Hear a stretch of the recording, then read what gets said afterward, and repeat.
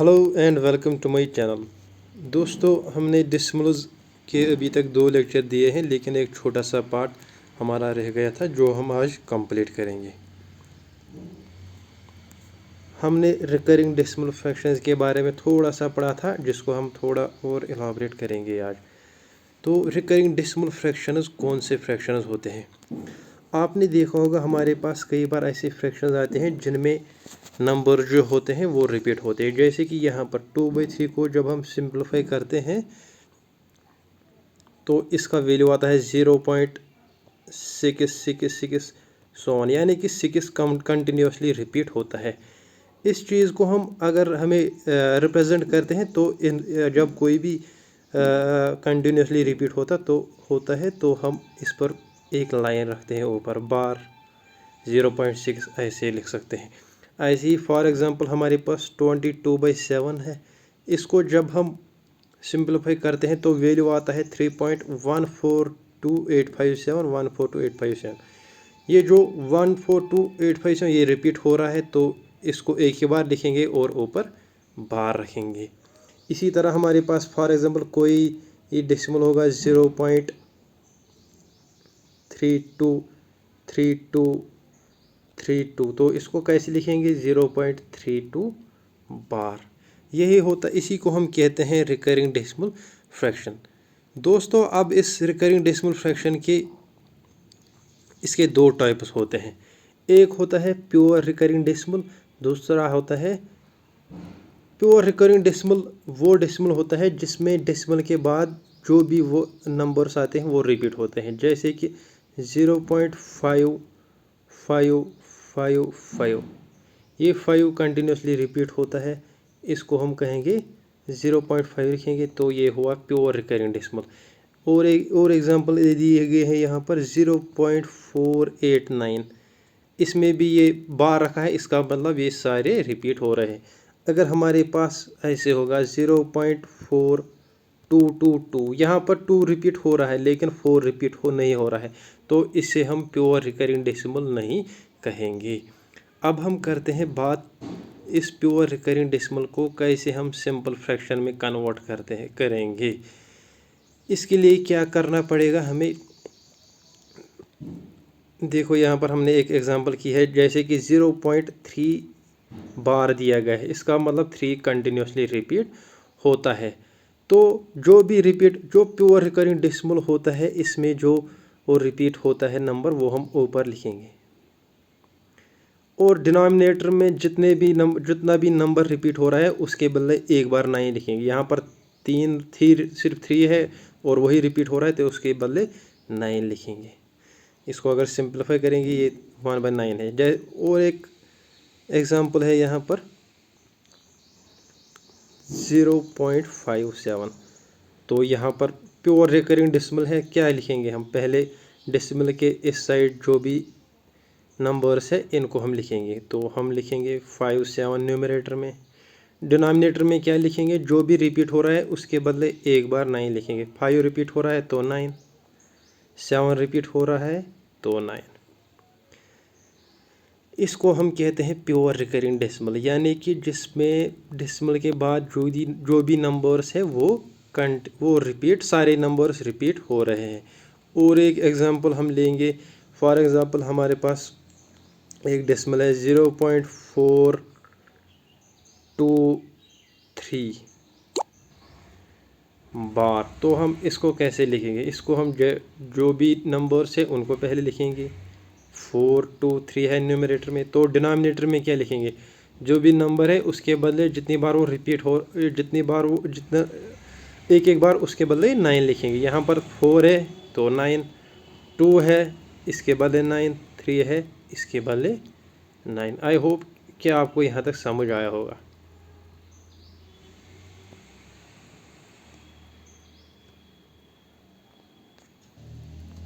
अब अगर हमारे पास ऐसी सिचुएशन आई जिसमें डेसिमल के बाद कुछ नंबर्स पर बार रखा होगा, कुछ नंबर्स रिपीटिंग होंगे तो और कुछ नंबर रिपीटिंग नहीं होंगे। जैसे कि यहाँ पर हमने एग्जांपल दी है 0.366 पर यहाँ पर बार है, यानी कि 6 रिपीट हो रहा है, 3 रिपीट नहीं हो रहा है, तो उसे हम कहते हैं mixed recurring decimal fraction. Pure recurring decimal fraction जिसमें डेसिमल के बाद जिसमें सारे नंबर डिजिट्स जो है वो रिपीट हो रहे हैं। मिक्सड रिकरिंग फ्रैक्शन जिसमें कुछ नंबर्स रिपीट हो रहे हैं, कुछ नंबर्स रिपीट नहीं हो रहे हैं। तो इसको हम कन्वर्ट कैसे करें सिंपल फ्रैक्शन में, इसका भी तरीका वैसे है। देखिए 0.36 है यहाँ पर, तो इसको डेसिमल के बाद ये जो नंबर्स ये हम ऐसे ही लिखेंगे 36 है। माइनस करेंगे वो नंबर जिस पर बार नहीं है, यहाँ पर 3 पर बार नहीं है तो 3 माइनस करेंगे। डिवाइडेड बाय डेसिमल के बाद जितने भी है जिस पर बार है उसके बदले 0 और जिस पर बार नहीं है उसके बदले 9। जिस पर बार है उसके बदले हम 9 लिखेंगे, जिस पर बार नहीं है उसके बदले 0। यहाँ पर 6 के बार है इसके बदले 9, 3 पर बार नहीं है 0, 36। ऐसे और एक है 0.4267, तो यहाँ पर भी हम ऐसे ही लिखेंगे 4267, सारा पहले नंबर लिखेंगे। उसके बाद माइनस क्या करेंगे, माइनस वो करेंगे जिस पर बार नहीं है। बार यहाँ पर 42 पर नहीं है तो वो माइनस करेंगे 42। और डिवाइड में क्या करेंगे, डिवाइड में हम जिन पर बार है उनके बदले 9 लिखेंगे। यहाँ पर 2 नंबर्स पर बार है तो 2 9, जिन पर बार नहीं है उनके बदले 0। यहाँ पर 2 नंबर्स पर बार नहीं है उनके बदले 2 0। इस तरह हम कन्वर्ट करते हैं मिक्सड रिकरिंग डेसिमल फ्रैक्शन को सिंपल फ्रैक्शन में। दोस्तों अब हम और एक अब हमारे पास ऐसी भी सिचुएशन आ सकती है जैसे कि यहाँ पर हमने अभी तक डिस्कस किया सारे नंबर्स जिनमें डेसिमल के लेफ्ट साइड में 0 है, यानी कि 0.23 बार ऐसे ही। अब हमारे पास कोई ऐसा फ्रैक्शन होगा 1.2 बार, तो हम इसको कन्वर्ट कैसे करेंगे, इसका भी मेथड वही है। पहले डिजिट्स जो भी है वो ऐसे लिखेंगे। यहाँ पर 1 2 है, दोनों को लिखेंगे 1 2 और उसके बाद माइनस करेंगे जिस पर बार नहीं है, जैसे कि यहाँ पर करते हैं 0.36 पर बार था, 36 ऐसे ही लिखा था। 3 पर बार नहीं है वो माइनस करेंगे। यहाँ पर 1 पर बार नहीं है तो उसको माइनस करेंगे। और डिवाइड में क्या करेंगे, डिवाइड में अब देखना है डेसिमल के बाद जो नंबर्स है उन्हीं का हम डिनोमिनेटर में देखेंगे। यहाँ पर जिस पर बार होगा उसके बदले 9 लिखना है और जिस पर बार नहीं वहाँ उस पर 0। लेकिन यहाँ पर डेसिमल के बाद एक ही डिजिट है उस पर बार है उसके बदले हम 9 लिखेंगे। और एक एग्जांपल हम ऐसे ही लेंगे जिससे आपको ये सारा कंसेप्ट क्लियर होगा। मान लो हमारे पास कोई फ्रैक्शन है ऐसे 5.5262 और यहाँ पर बार जो है वो 2 पर है।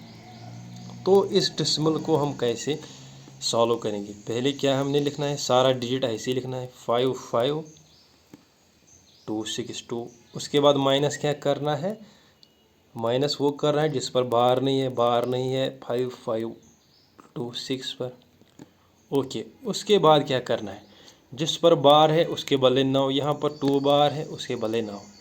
लेकिन डिनोमिनेटर का जो है वो हमें डेसिमल के बाद का देखना होगा। यहाँ पर 3 नंबर्स पर बार नहीं है यानी कि 3 0 आएंगे। आई होप कि यहाँ तक आपको समझ आया होगा। इसके बाद हम कुछ इम्पॉर्टेंट फैक्ट्स है सिंपल और डेसिमल फ्रैक्शंस के बारे में, उनको हम डिस्कस करते हैं। सबसे पहली बात, किसी भी फ्रैक्शन में अगर न्यूमरेटर और डिनोमिनेटर इक्वल होंगे तो उस फ्रैक्शन का वैल्यू जो है वो 1 के बराबर होता है। That is for example 3/3। यहाँ पर न्यूमरेटर और डिनोमिनेटर इक्वल है तो इसका वैल्यू 1 है। और ये देखेंगे हम 9/9, न्यूमरेटर और डिनोमिनेटर इक्वल है तो इसका वैल्यू 1 होगा। इसके बाद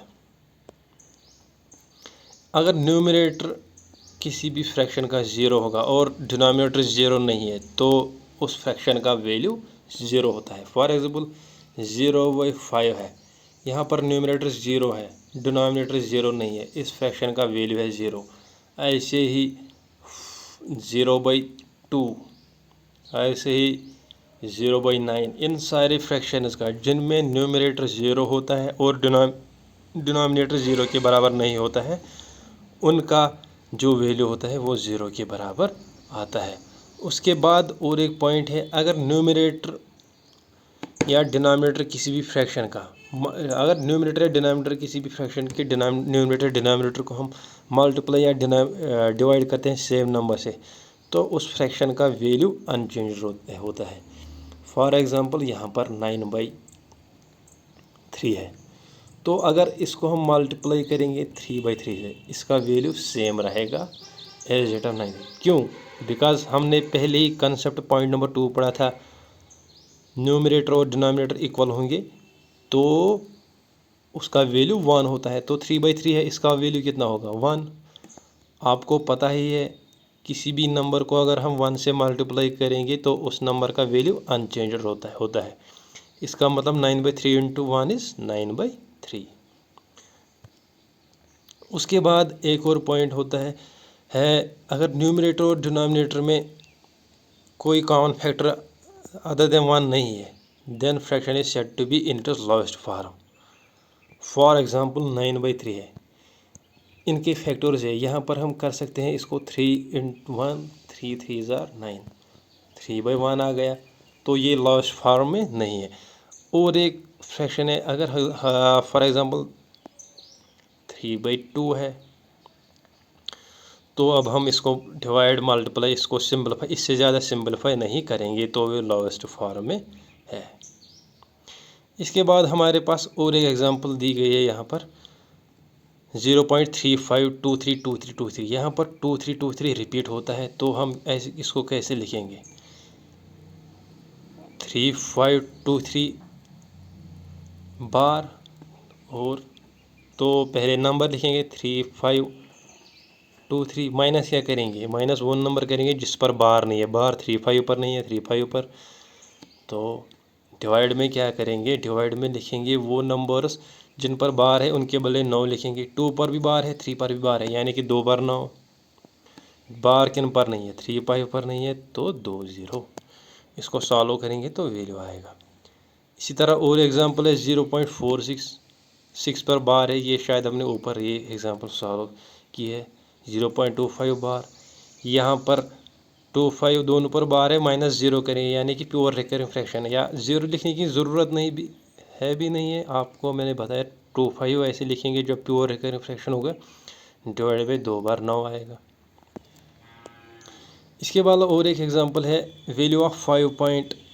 अगर आपको कोई ऐसी एग्जांपल दी गई हो, इसका वैल्यू निकालना हो 5.55, 5.5, 5.55, 5.05, तो डेसिमल के बाद, इन सारे नंबर्स में डेसिमल के बाद किसी भी नंबर के जितने भी जो भी नंबर होगा जिसके सबसे ज़्यादा डिजिट्स होंगे, बाकी नंबर्स में भी हमें उतने ही डिजिट्स लाने हैं। देखिए कैसे, यहाँ पर सबसे ज़्यादा डेसिमल के बाद इसमें 3 डिजिट्स है, तो इन सबको हमने 3 डिजिट्स में लाना होगा।